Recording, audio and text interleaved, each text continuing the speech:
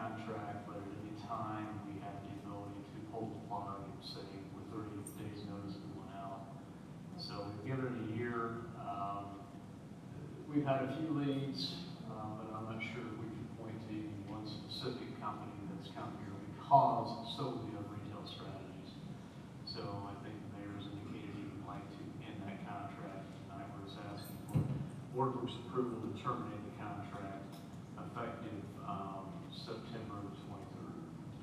What is the savings annually on that? I vaguely remember. It's $50,000 a year. Yeah. Do we have a plan to put that money anywhere else, or are we saving even more money?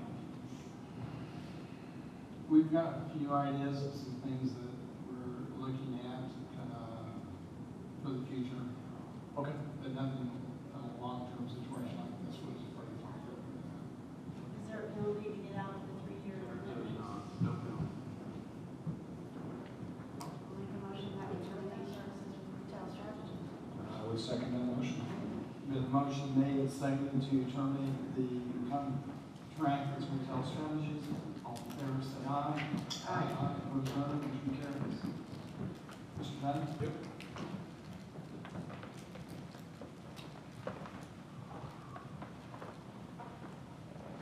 Tonight, we're asking you to consider an agreement for collections of monies owed to the city's 5 utilities, the water, sewer, sanitation, hydrant, and stormwater.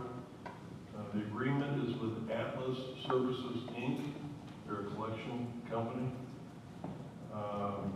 They would be considered an independent contractor. We currently have 4,880 customers. Since we wiped the books clean from January 1st of 2023, we have 210 accounts that owe us $45,335. It's a never-ending battle. We have to be better than 5% or right around That's 5%. 4, yeah, 4%. Yeah, that's what I meant to say. I think that's kind of the norm for utilities. You're constantly trying. It would be much higher, John, if we didn't have the ultimate lever of shutting the water off. So That's one more than I can use out.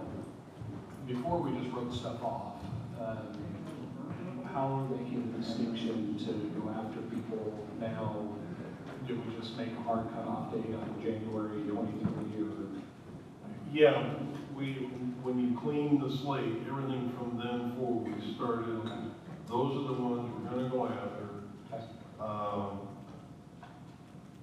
Atlas, this contract is for 1 year, and after that, it's on a month-to-month basis. We can terminate it, they can terminate any party. Atlas will add 30%, and that's allowed by Indiana code, and it will be on top of the amount owed to the city. So they will collect a 30% fee for getting us 100% of our money. They have a pretty good track record. A debt older than 30 days can be turned over for collection, but most wait until the debt is 60 days old or older. I ran that by our council, and he agreed that that was a reasonable amount of time. If they're 60 days past due, then we turn them over. Is your 210, 60 days have passed? They would, I don't have that exact percentage. Probably not all of them are 60 days. Probably the vast majority of them are, yeah. Just by our billing cycle, it's 30 days, and then they go another month and they're there, so. Sure, but is there a reason that the department can't chase those, that we have to hire an They have the capability and the means to do it. There's a lot of legal liability as well. You gotta know what you're doing, or you get yourself in trouble. I'll read you something here in just a second, what you can and can't do. And that's why I think we're smarter when you have letting a third party do it for us. Let them make a percentage. It's all legal with the state. And there is a statute of limitations, Kelly, 6 years. Anything 6 years older, I believe, Dale can confirm that, but the statute of limitations is 6 years. So that's why we want to start it now. required for these. A third-party debt collector can't use abusive or profane language, make threats against you, your property, or your reputation, threats to sue you if they don't have plans to or don't have the right to. They can call you. They can't call you before 8 a.m. or after 9 p.m. So there's all kinds of caveats on it. They can't call you. They can't call you at work if you've asked them not to. Call repeatedly in an attempt to annoy or harass. They can't do that. They can't talk to your family, friends, employer, and the list goes on and on. So, in short, that's why we think it's best just to, the girls, the ladies over there have their hands full just the day-to-day, and they do a wonderful job. But this is a case where I think it's better off we turn it over to a professional. Dale, do you know this company? I've heard this company before, so I don't, to say I know them, I don't know them, but I have had some contact with the company in the past. Pardon me? And they know you've already terminated service. Well, many times, Gary, there are people that are no longer even living there. You know, these are folks that maybe they've got water, but they've got it now under a different name. But yet there's ways you can find people, and a debt is still a debt. So, I just have one concern that you can probably alleviate. If you're doing it in 60 days, that means you get your first bill, and if you don't pay that, or whatever falls through the crack, on your second time, by the time you get your second bill, it's being handed off to the collection agency. Am I understanding that right, or is it when it goes 90 days? So that literally means if somebody misses one payment, on the second one, they're already getting handed over. Dale, can you help me on this one? Am I just not thinking about that right? I don't pay a lot. Well, I mean, technically, you possibly could be right. It depends on our billing cycle. If you go out, depends on the time of the billing of the customer that's delinquent as to when it goes out. If they get the bill out, they don't pay it, they get another. There most likely will be another cycle of billing they'll get. And then there very well could be as short as about 10 days before it would go out to the collection agency. But by that point, you have to understand by the second time that bill goes out, they haven't paid, most likely they're getting shut off. Right. Oh, They get shut So off. they're gonna know something's up when their water gets shut down. yeah, if that's the case, that's a different story. I just, like I said, I don't pay my water bill, like I said, my wife does. So I just don't want somebody who accidentally misses one payment and then the collections. That'd be no fun. The biggest lever we have is the water shut off. Yeah, That's the big motivator. that's very big, I would think. Now, we have some customers that are sewer only, and it gets real interesting. So 1-year contract then? Yes, ma'am. And then right after that, it's month to month. If we're happy, we're in it. If we're not happy, we're out of it. There's also a provision there that allows us, if for whatever reason we want to terminate before that, we have the ability to do that as well. So it's, there is an out, if you will, Kelly. I just like it because they collect their own fee, or they pay what they killed. So, Kelly, if you don't have any objections, I would make a motion that we accept the agreement to start service with Atlas Services. I'll second it. Been a motion made and seconded to approve the agreement with Atlas Services, Inc. All in favor, say aye. Aye. Opposed, no. Motion carries. We'll keep you posted as to how it goes. If we're successful and what we're running into. So we'll keep you informed. Ugly business, but. The next item on the agenda is the consideration of making a temporary four-way stop at Sycamore and Washington Street a permanent four-way stop. This was made temporary shortly after the tornado to enable the Presbyterian Church to do some work on their building and the steeple. We left it there. I personally, I think it's a good way to slow traffic down coming into the downtown area. So we just thought we'd bring it before the board works and see what Your thoughts, Cory?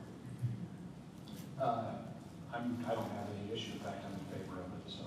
I do Kelly? too. We've had other requests from Washington Street to put the stop sign down further east, so I think we can work that as well. Yeah, I'll make a motion that we leave before we stop there. I would second that. So the motion made and seconded to make the temporary four-way stop at Sycamore and Washington a permanent. All in favor, say aye. Aye. Aye. Opposed, none. The motion carries. So you'll put in permanent stop signs then? Oh, that looks so much better than the tire. That's your classic. That's true. See? Next on the agenda, Suzanne Quick, she is asking for a dead-end sign to be placed on Candace Court and Robin Road. Hi, good evening, everyone.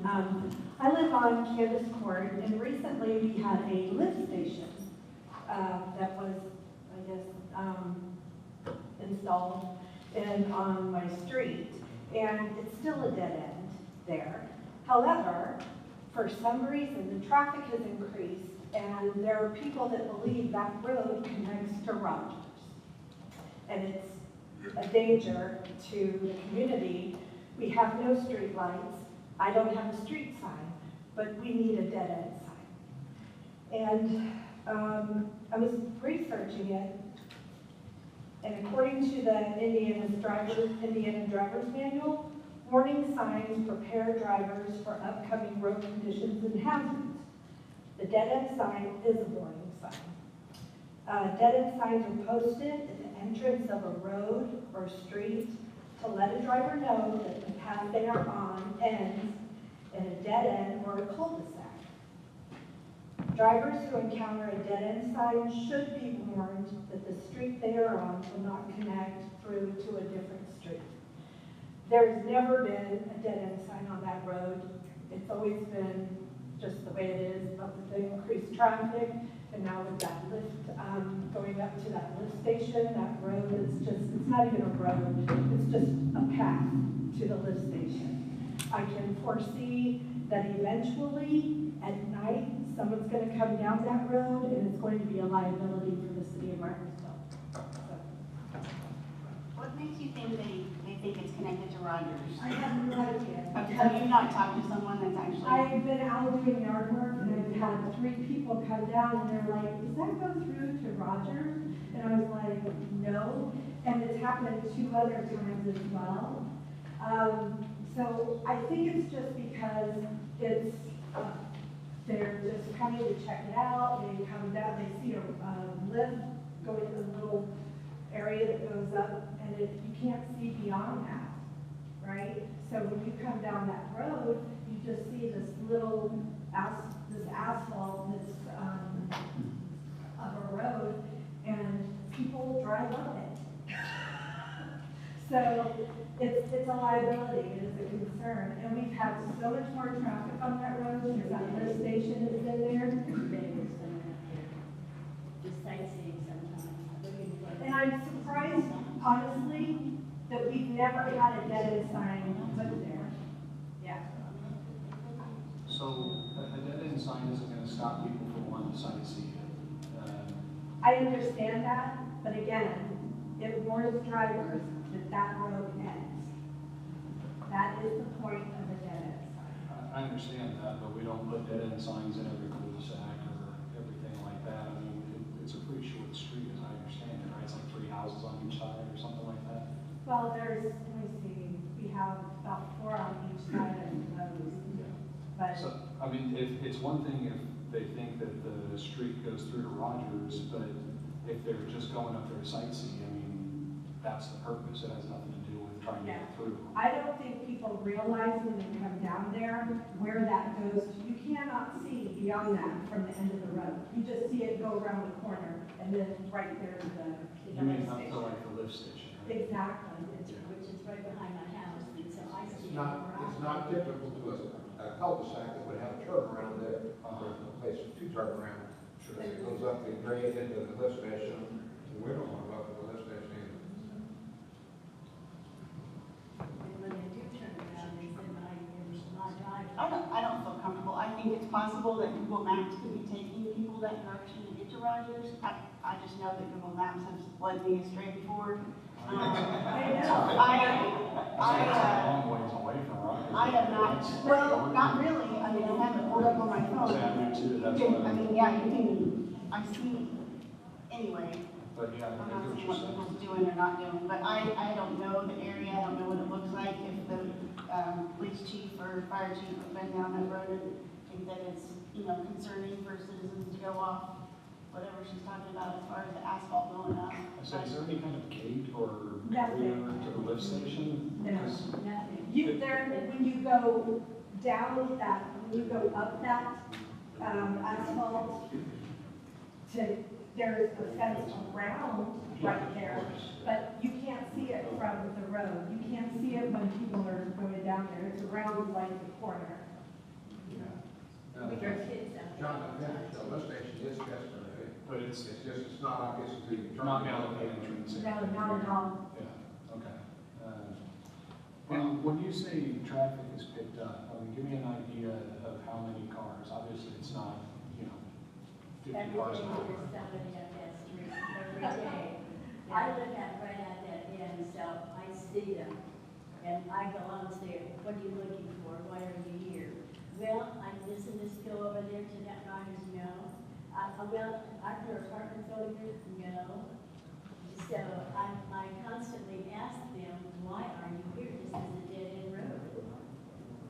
I mean, it's every day. Yeah, And it's very the dark. Google Maps thing, to me, if it didn't used to do it, it wouldn't start doing it now. Well, that's Well, because that's true. Google's. And it's very dark down there. There are no street lights. So somebody. And I know with the construction that's going on in 69, Google was actually taking people through parking lots.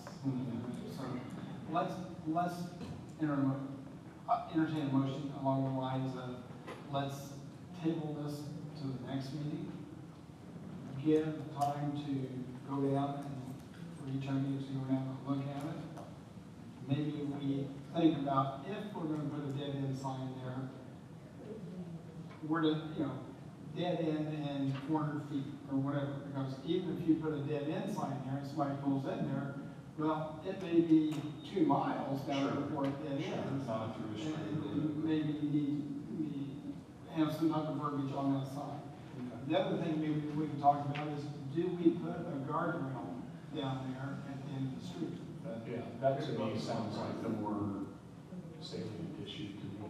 Yeah, so I appreciate you coming this evening and to get the discussion started, but I think that, 2 of you maybe want to go down and look at it before you make a decision, especially if it's been a situation that, one, there's never been a dead end sign there, and like you said, John, we don't put it on every cul-de-sac or whatever, so that would be my recommendation. It sounds to me like this has more to do with the transfer station or the lift station rather than it does with anything else, because it started when the lift station got put in. So it sounds to me like some we poster should sites. have trees around there too. So when people would come down that road, they would see a tree, they would turn around. Yeah. In my yard, of course, but it wasn't nearly like it is today. Sure. Okay, and I appreciate it, and I hope that you guys don't take my questions as, being opposing it or anything. I just want to get to the bottom of it. Sure. So, I'll make a motion that we table this until the next meeting. and I would second that motion. Been a motion made, seconded to table discussion in regards to the dead end sign for Canvas Court for our next meeting. All in favor, say aye. Aye. Opposed, no. Motion carries. There are no sewer adjustments tonight. The next regular meeting of the Board of Works and Safety will be on Monday, September 9th, 6:30, here in the council chambers. Any other business? We're here.